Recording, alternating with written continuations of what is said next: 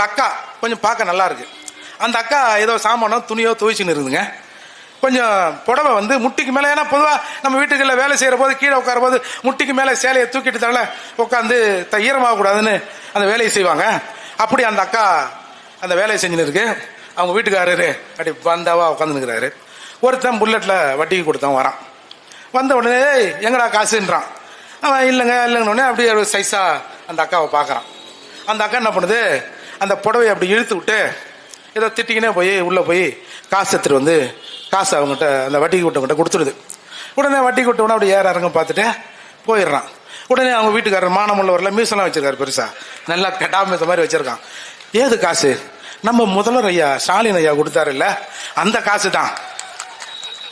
சரி, ஒரு பேச்சுக்கு இந்த 1000 ரூபாய் நீ கொடுக்கலப்பா, ஏன்னா நீ ஆட்சிக்கு வந்து கொஞ்ச நாள் கழிச்சு தானே கொடுத்த. 2 வருஷத்துக்கு முன்னாடி இந்த வட்டிக்காரன் வந்திருந்தாருன்னா அந்த அக்காவோட நிலை என்னடா?